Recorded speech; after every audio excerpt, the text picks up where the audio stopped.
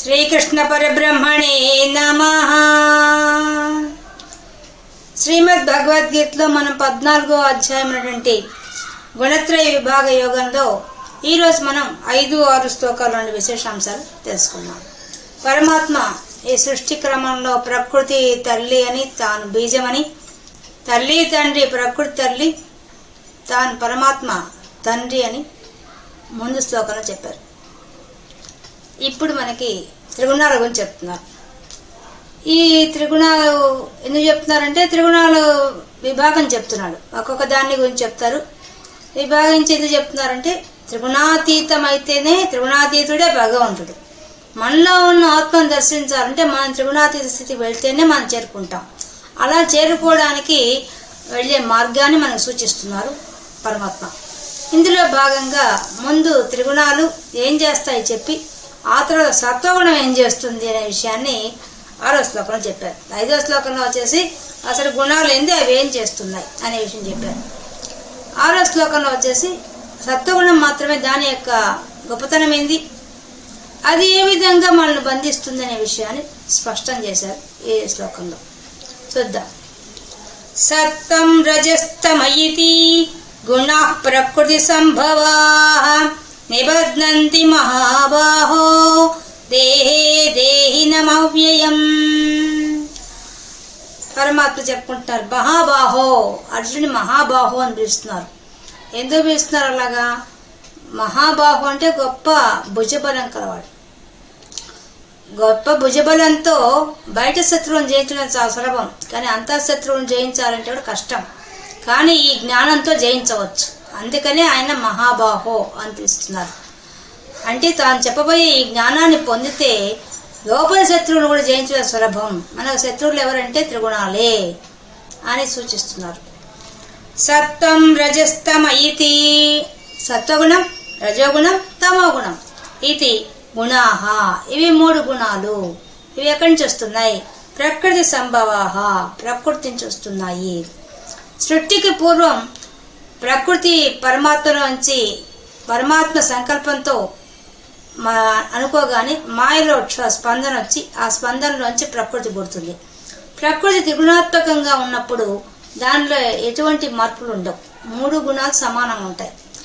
ఎప్పుడైతే ఆ ప్రకృతే విశ్వంగా మారుతుందో, వికృతిగా మారుతుందో, రూపం తీసుకుంటుందో అప్పుడు ఈ త్రిగుణాలు వాటిలో మార్పు వస్తుంది.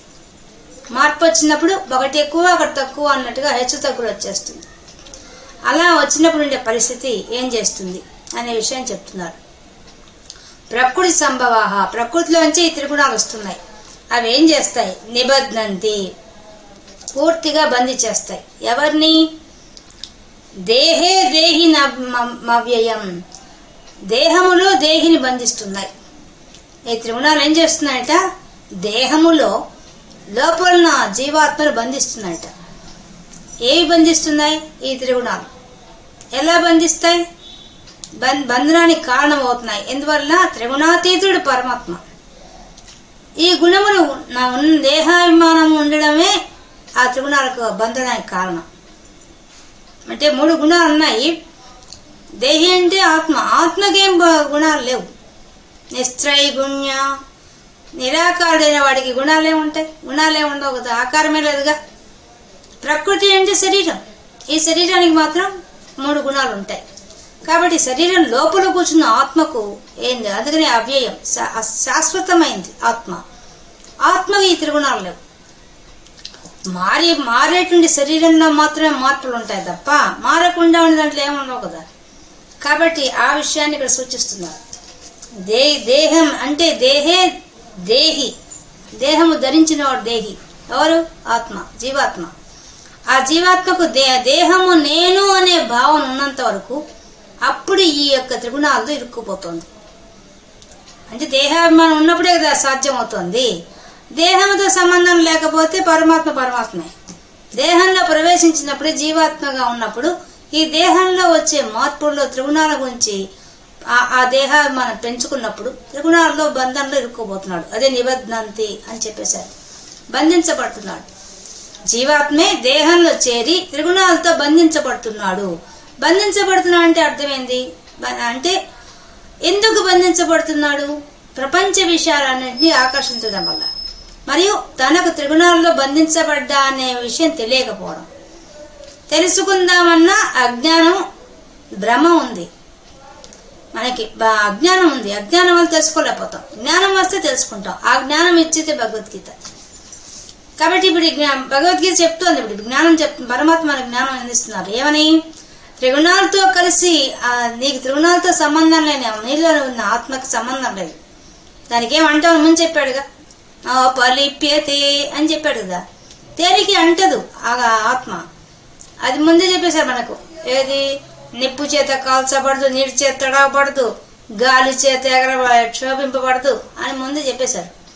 ఆత్మకు అంత ప్రత్యేకమైంది. అటువంటి ఆత్మకు త్రిగుణాలతో అంటుకుంటుందా? అంటుకోదు. దానికి లేవు. కానీ దేహంలో కూర్చున్న తర్వాత దేహ లక్షణాలు త్రిగుణాలు, దేహ ధర్మం, దాన్ని కాస్త తనమనిగా భావిస్తోంది. ఆ భావించడమే అజ్ఞానం. ఆ అజ్ఞానంలో ఉన్నంత వరకు మనం బంధించబడతాం. ఎప్పుడైతే గుణాతీతులం అవుతామో, పరమాత్మ యొక్క లక్ష్యమైన గుణాతీతులం అవుతామో, అప్పుడు ఆ బంధనం నుంచి బయటకు వచ్చేస్తాం.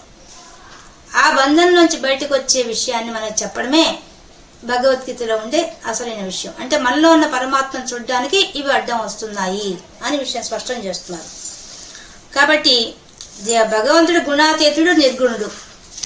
ఆ స్థితికి మనం వెళ్ళాలి అనే విషయం చెప్పడమే ఈ యొక్క శ్లోకంలోని సారాంశం. అది పొందడం కోసం ఏం చేయాలి? అసలు ఆ గుణాలేంది, వాటిలో అవిభాగం చేస్తున్నాడు. 3 గుణాలు కలిసిపోయినాయి ప్రకృతిలో. కానీ ఇప్పుడు ప్రకృతిలో ఉండే 3టిని విభాగం చేసి ఒక్కొక్క గుణం యొక్క గొప్పతనం ఏంది, దాన్ని దేంట్లో బంధిస్తోంది, గొప్పతనం ఉంది వాటికి, కానీ దేన్ని మనకు బంధనానికి కారణమవుతోంది అనే విషయాన్ని సూచిస్తున్నారు తర్వాత శ్లోకంలో. తత్ర సత్వం నిర్మలత్వాత్ ప్రకాశకమనామయం సుఖ సంగేన బధ్నాతి జ్ఞాన సంగేన చానఘా. అనఘా, ఓ పాపము లేనివాడా అని పిలుస్తున్నాడు అర్జునుడిని. నిర్మలమైన మనసు, స్వచ్ఛమైన పాపరహితమైన ఆలోచన ఎవరికైతే ఉంటుందో వాడికి ఈ ఆత్మజ్ఞానం అర్థమవుతుంది. కాబట్టి నిర్మలమైన వాడు కాబట్టి వినయంగా అడుగుతున్నాడుగా ఈ జ్ఞానం కావాలని అర్జునుడు. కాబట్టి ఆయనకు అర్థమవుతుంది. అందుకే చెప్తున్నాడు, ఓ నిర్మలమైన మనసున్నవాడా, పాపరహితుడా, ఓ అర్జున విను. తత్ర, ఇప్పుడు వాటిల్లో ఆ 3 గుణాల్లో సత్వగుణం గురించి చెప్పబోతున్నాను. నిర్మలత్వాత్, దానికి ఉండే ముఖ్యమైన విషయం, దానికి ఉండే స్వభావం ఏంటంటే, మొదటి నిర్మలత్వం, రెండోది ప్రకాశిస్తుంది అది. 3వ గుణం అనామయం ఉంది. ఈ 3 గుణాలు దానికి ఉన్నాయి సత్వగుణానికి. కానీ ఇది బంధంలో పడేస్తోంది. దేని ద్వారా? సుఖ సంగేన బధ్నాతి, మరియు జ్ఞాన సంగేన, జ్ఞానము ద్వారా, సుఖము ద్వారా ఇది మనం బంధంలో పడేస్తోంది. ఇంత గొప్పది మళ్ళీ ఇది. దీనికి 3 గొప్ప విషయాలు చెప్పాడు. నిర్మలమైంది, స్వచ్ఛమైంది, ఏ దోషము లేనిది. అటువంటిది అంటే పాపమైన ఆలోచన చేయడానికి లేనంత గొప్ప స్థితిలో నిర్మలమైంది. అంతఃకరణ శుద్ధి ఉంది దీంట్లో. మనకి ఉండే అంతఃకరణాన్ని శుద్ధి, ఇంద్రియాలను జయించేంత శక్తి ఉంది. నిర్మలమైంది అది.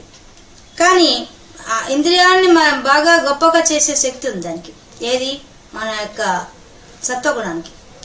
మరియు ప్రకాశం అంటే ప్రకాశింపజేస్తుంది. ఏ ప్రకాశింపజేస్తుంది?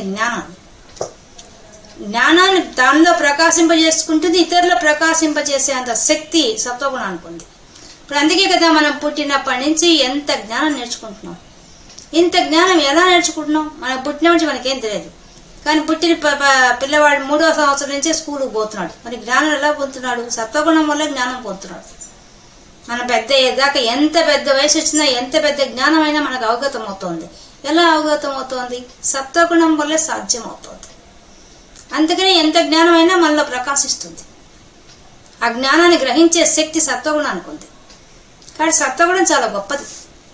ఏకాగ్రతతో, అంతఃకరణ శుద్ధితో, ఇంద్రియ నిగ్రహంతో మనల్ని సాధించే శక్తి సత్వగుణానికి ఉన్నది. మరియు అనామయం, ఏ వికారాలు లేదు, దానికి మార్పులు లేవు. తాను అనుకుంటే ఏ మార్పులు లేవు సత్వగుణానికి. కానీ దానికి కూడా ఒక లోపం ఉందట. ఏం లోపం ఉంది? సుఖ సంగేన, సుఖం నేనే చేస్తున్నాను, నాదే, దీంతో సుఖజీవనం ఉంది, ఈ సుఖజీవనం నేనే అనుభవిస్తున్నాను, నేను అనుభవిస్తున్నాను అనే భావన ఎప్పుడైతే ప్రవేశించిందో అప్పుడు ఆత్మకు దూరం అయిపోతుంది.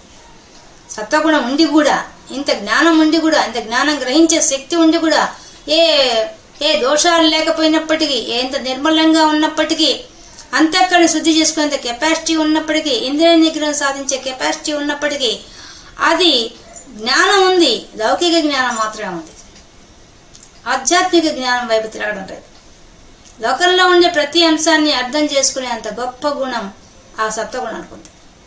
ఆ జ్ఞానం ఉంది, కానీ నేను జ్ఞానిని అనే ఒక అహంకారం ఉంది. నాకు దానికి సంబంధించిన సుఖమైన జీవితం నాది, నేను అనే భావన దానికి ఉంది. ఎప్పుడైతే ఆ దాంట్లో ఇరుక్కుందో అప్పుడు భగవంతుడి దూరం అయిపోతుంది. తనలో ఉన్న ఆత్మస్వరూపాన్ని చూసుకోవడానికి కష్టం అయిపోతుంది. అహంకారం అడ్డం వచ్చేస్తుంది మనిషికి. మనం గుణాతీతులు అయితేనే పరమాత్మ అవుతాం. మనమే పరమాత్మ స్వరూపం కావాలంటే ఏం కావాలి? పరమాత్మకి ఏమున్నాయి? ద్వంద్వాతీతుడు, గుణాతీతుడు, ఆయన అన్నిటికీ అతీతమైన వాడు. ఆ స్థితికి మనం వెళ్ళాలంటే మనకి ఏం అడ్డం వస్తుంది? సత్వగుణం చాలా గొప్పది, చాలా గొప్పది. ఇంత గొప్ప జ్ఞానం సంపాదిస్తోంది, ప్రకాశిస్తోంది, ప్రకాశింపజేస్తోంది అందరినీ. దానికి అంత గొప్ప గుణం ఉంది, లక్షణం ఉన్నది. మనం నేను సుఖంగా ఉన్నాను అనే ఆసక్తి ఎక్కువ ఉంటుంది. సుఖం లోపల ఉన్న ఆత్మస్వరూపమే, జీవాత్మే నేను సుఖంగా ఉన్నాను అనే సుఖం మీద ఆసక్తి ఉంటుంది, ప్రపంచ విషయాల మీద. మరియు ప్రపంచంలో ఉండే జ్ఞానం వైపు ఎక్కువ ఆసక్తి ఉంటుంది, సంఘం ఉంటుంది. దానివల్ల ఏమైపోతుంది? అది ఈ యొక్క లోపల పరమాత్మను పట్టించుకోవాలని అక్కడుండే ఆ ధ్యాన పద్ధతి ఇటుపక్క తిప్పడం లేదు, ఆ ఏకాగ్రత ఇటుపక్క రావడం లేదు. ఎంతసేపు ప్రపంచ విషయాల మీద ఆకర్షించబడుతోంది. ఒకవేళ ఇటుపక్క వచ్చినా అడ్డం ఏమొస్తోంది? నేను అనే భావం అడ్డం వస్తుంది. అది ఇక్కడ చెప్తుంది. నేను సుఖంగా ఉన్నాను అనే అభిమానం, దేహాభిమానం అడ్డం వస్తుంది. పరమాత్మ దగ్గరికి పోనీయకుండా, మనలో ఉన్న ఆత్మ చూడనీయకుండా అడ్డం వస్తుంది. ఇంకా జీవాత్మ సుఖంలో బంధించబడుతున్నాడు. మరి సాధనకు ఆటంకం వస్తుంది. అది ఇప్పుడు సాధన చేస్తున్నాడు ఒకడు, తనలో ఉన్న ఆత్మ చూడడానికి ప్రయత్నం చేస్తున్నాడు. వాడికి మొట్టమొదటి అడ్డం వచ్చేది నేను అనే అభిప్రాయమే అడ్డం వస్తుంది. మనలో ఉన్న అహంకారం మీద అడ్డం వస్తుంది. నేను సుఖంగా జీవిస్తున్నాను, నాకింత జ్ఞానం ఉంది అనే అభిప్రాయం ఎవరికి ఇది వస్తుందో వాడి సాధన వెనకబడిపోతుంది. నేను దాటితేనే కదా, అదే రమణ మహర్షి గారు చెప్పేది. నేను దాటితేనే మనలో నేను తెలుసుకుంటేనే మనం మోక్షం వస్తుంది, నా జీవన్ముక్తులు అవుతాం బతికుండంగానే. మరి అది తెలుసుకోవాలంటే ఏమడ్డం వస్తుంది? నేను అనే అహంకారం అడ్డం వస్తుంది. ఈ అహంకారం సత్వగుణంలో ఉంటుంది. నేను ఈ పని చేశాను, నాకింత జ్ఞానం ఉంది, నేనే అందరికంటే గొప్ప అనేది వచ్చేస్తుంది. నాలాగా సుఖంగా ఎవరు లేరు, నాలాగా ఆలోచన పనులు ఎవరు లేరు అని అంతర్గతంగా అది వచ్చేస్తుంది. ఆ భావం కొంచెం విజయం సాధించగానే వచ్చేస్తుంది. ఇదే బంధానికి మోక్షానికుండా బంధం అడ్డం వస్తోంది అని పరమాత్మ ఈ శ్లోకం ద్వారా మనం చెప్తున్నారు. ఇది అంత గొప్పదే, ముందు గొప్పదని చెప్పేశాడు. మొదట ఏం చెప్పాడు? నిర్మలమైందని చెప్పాడు, ప్రకాశం అని చెప్పాడు, అనామయం అని చెప్పాడు. ఏ దురాచారాలు లేవు, సదాచారమే ఉంటుంది, శాంతి ఉంటుంది, ఓర్పు ఉంటుంది, ఇన్ని గుణాలు ఉంటాయి. స్వచ్ఛమైన మనసు ఉంటుంది, అంతఃకరణ శుద్ధి ఉంటుంది, ఇంద్రియ నిగ్రహం ఉంటుంది, ఇన్ని ఉంటాయి. మొదటి వాక్యం చెప్పేశాడు. అన్నిటికంటే జ్ఞానం సంపాదించే కెపాసిటీ ఉంటుంది. మరియు రాబోయే దుఃఖాన్ని కూడా గుర్తించే శక్తి ఉంటుంది, అది కూడా గుర్తించగలదు.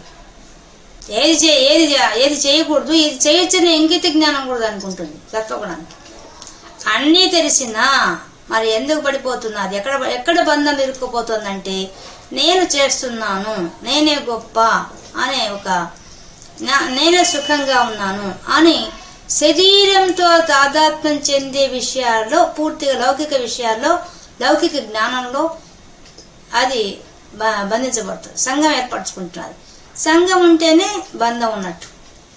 బంధం ఉన్నప్పుడు మళ్ళీ కర్మ సిద్ధాంతం వచ్చేస్తుంది. బంధంలో ఇరుక్కున్నంతసేపు కర్మ సిద్ధాంతం ఉంటుంది. మనకు ముందే చెప్పారు కదా, కర్మ సిద్ధాంతం ఏంది? స్వధర్మం చేయాలి, అది కూడా కోరికలు లేకుండా చేయాలి, సంఘం ఉండకూడదు, ఫలాపేక్ష ఉండకూడదు, ఈశ్వరార్పణ బుద్ధి అని చెప్పారు. కానీ మనకి ఇప్పుడు చేస్తున్న పని మీద నేను చేస్తున్నాను వచ్చేసింది, అప్పుడు సంఘం వచ్చేసింది. అది లేకుండా ఈశ్వరార్పణ బుద్ధి ఉంటే అప్పుడు మనకు మోక్షాన్ని దారితీస్తుంది. ఇది మనకు మొదటి చెప్తున్న విషయం. కాబట్టి ఇది అర్థం వస్తుంది. సాధన చేసేవాడికి, లోపల ఆత్మస్వరూపాన్ని చూడాలి, దర్శించాలని అనుకునేవాడికి ఆత్మ దగ్గరికి పోనీకుండా సాధన సంపత్తిలో అడ్డం వచ్చేది నేను అనే అభిప్రాయమే అనే విషయాన్ని సత్వగుణంలో ఉండే గొప్పతనం చెప్పి దాంట్లోని లోపాన్ని కూడా ఈ శ్లోకం ద్వారా మనకి పరమాత్మ ఇంత చక్కగా తెలియజేశారు. కాబట్టి ఈరోజు మనం ఈ యొక్క 14వ అధ్యాయమైన గుణత్రయ విభాగ యోగంలో 5-6 శ్లోకాల్లో ఉండే విశేషాంశాలు తెలుసుకున్నాం. సర్వం కృష్ణార్పణ.